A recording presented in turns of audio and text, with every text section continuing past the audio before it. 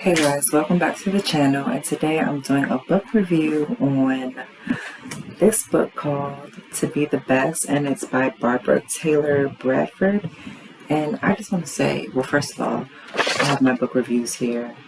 They're little printouts that I do to just like keep notes. But anyways, this was an amazing book. Like, it's one of those old books from like possibly the 80s. The settings was like in the settings was in the 80s. But this was an amazing book. I have not read, this probably has to be one of the oldest books I've read, besides like old history books that I read in like school before. But a personal read, this is the oldest book that I've ever read. And it has to be along the lines of how I feel about Elizabeth Gilbert. I love Elizabeth Gilbert. She's an amazing writer. But anyways, back to Barbara. So, To Be the Best is about the main character. Her name is Paula O'Neill. She is an heiress. Her grandmother's name is Emma Hart. And Emma Hart, she owns, I think, about a couple hundred stores. Like, she's really famous. So they're like in the 100 millions. And so Emma dies, and so Paula, her granddaughter, is the heiress of over everything. It's like a family business, and her cousins have a percentage, but Paula has the largest percentage, which I think is like 41%, which makes her like the CEO. But anyways, it's really about all of her family, but it's mainly about Paula and how she has an ambition to expand the stores. It's her empire now. It's in her family name. And so it's based in London, and she wants to expand the stores to the US. She has an arch nemesis, which is her cousin Jonathan. And they have some beef from like 10 years back.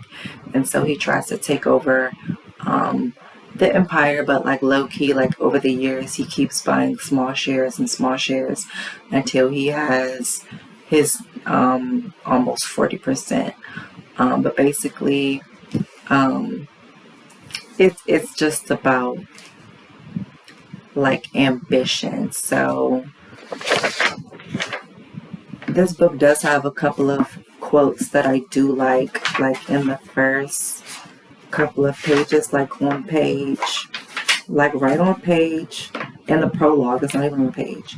So it says, "I've got to do something grandy, something drastic you wouldn't like." So the prologue is set. Paula is visiting her grandmother at the cemetery, and then from that point on, it's like the whole book is basically like an old like ODE to her grandmother. It's like everything that Paula does. It's like, what would my grandmother do in this situation? Or it's like she tries to be her grandmother, and with the title To Be the Best, Paula feels like she has some large shoes to fill, because Emma Hart was so famous. She was a boss lady back in the 1940s, and we all know in that time frame, women didn't have too many rights. They couldn't have their own credit. You couldn't really be successful unless you really had a husband.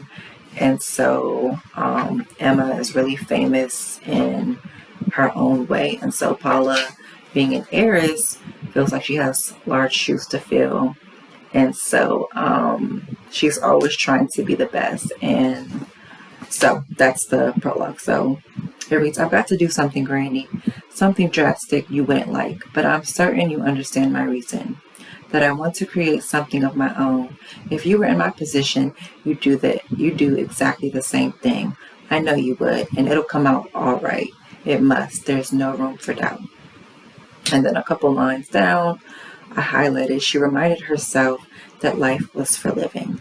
And then another quote that I liked was on the same page. Like, I highlighted 3 lines in one page, and this is the beginning of the book. I was like, this book is going to be so good. And it's one of those books that's like a toilet read. Like, you don't want to put it down. You don't want to put it down. That is so good that you want to read it on the toilet, and that I definitely did. But the third quote is, "Paula straightened up, threw back her shoulders, and hurried to the car, a new determination in her step, a new resoluteness in her expression. There was so much ahead of her, so many challenges, so much she had to accomplish. And this book was so good that I would read it. I would read it all over again. But I kind of know one thing. I know I keep jumping around, and I'm gonna hit these points that I wrote down. But I just want to say that this is one of those books that made me want to read the rest of the books that Barbara wrote. This is my first book that I've ever read by her, but the way that she writes, it makes you feel as though like you're watching a movie. And I don't know if it's because I have such a large imagination, but the grammar that she uses, her vocabulary, for one, it's one of those books that make me feel like it's helping me increase my vocabulary, and those are my favorite. One that keeps me engaged, one that has a lot of words that I don't really know, because based on the context, I'll learn the words just by reading the book. I don't necessarily have to keep a dictionary on me all the time, every time I'm reading it. But I like those kind of books that are challenging to me. And so I feel like it helps me speak better too, because I have a speech impediment. I'm trying to increase my vocabulary. I'm trying to keep my mind sharp. And I also like I like my books to be like a good amount, like 300 pages. And this book is, I think, like 434. And so, but what I want to say about this book was that it's one of those books that you get so engaged and so connected to the characters that you get emotional. Like there was one section where Paula's brother Philip, his wife, which was actually Paula's assistant, I don't want to tell the story, but I'm going to tell it anyway, because who's going to read this old book? She dies. And so I got like teary-eyed and I started crying, because Philip was one of those people that he believed he never was going to find love. And it was just like it was like one of those love stories that was like love at first sight. And so there's just a lot of emotional points in this book that makes you feel really engaged and really involved in the character's life. And I really like that about Miss Bradford. I like how she wrote this book. Let's get to my questions. So some major themes of the story was basically my personal mantra, which is no risk, no reward. The main character, Paula O'Neill, is the chief definition of determination. She is the heiress of an empire that her grandmother handed down to her. She is goal-oriented and wants to expand her empire and make it into something of her own. She almost lost the entire business by being greedy and expanding her stores when they were doing more than exceptionally well. Like, she really didn't need to expand her stores. She had stores in London, in New York, and Paris, like all those big names. She had stores everywhere, but she almost lost it by being greedy. So a big message that I took away from that was, where do you draw the line between greed and ambition? And so based on, the title of the book, To Be the Best, this book makes you reflect on what is success, what does it mean to be the best, and to whom, like to Paula, she felt as though her business was successful because of her grandmother, and she's always aiming to be like her grandmother. Like, what would Granny do in this situation? How would Granny handle this? But at the same time, feeling inadequate because she has to live up to Emma Hart and not Paula. She didn't make the stores from the ground up. And so in trying to create more stores in the U.S., expanding from the U.K. to the U.S., she almost loses everything to her cousin, who was trying to steal everything from her. And so it just makes you think about that. Like, if you're already successful, And but to whom? Like, how do you measure success? Paula felt like she wasn't successful until she had something in her own name, until she did something outside of the empire that her grandmother created. And in doing so, she nearly lost everything. Like, she got everything back with, almost the thread of a hair. And so the story is relevant to the world because even when you think that you have it all, you feel like you can do better. What does really having it all really mean, or what is deemed as important?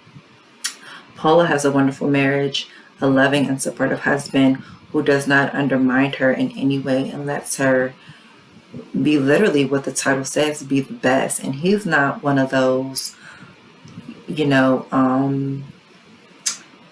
I don't want to say hating husbands, but like how sometimes men can be jealous of your success as a woman, but her husband Shane is equally as successful. He has his own line of hotels in different cities as well, but he knows who he married. He knows Emma Hart, they're all in the family business together.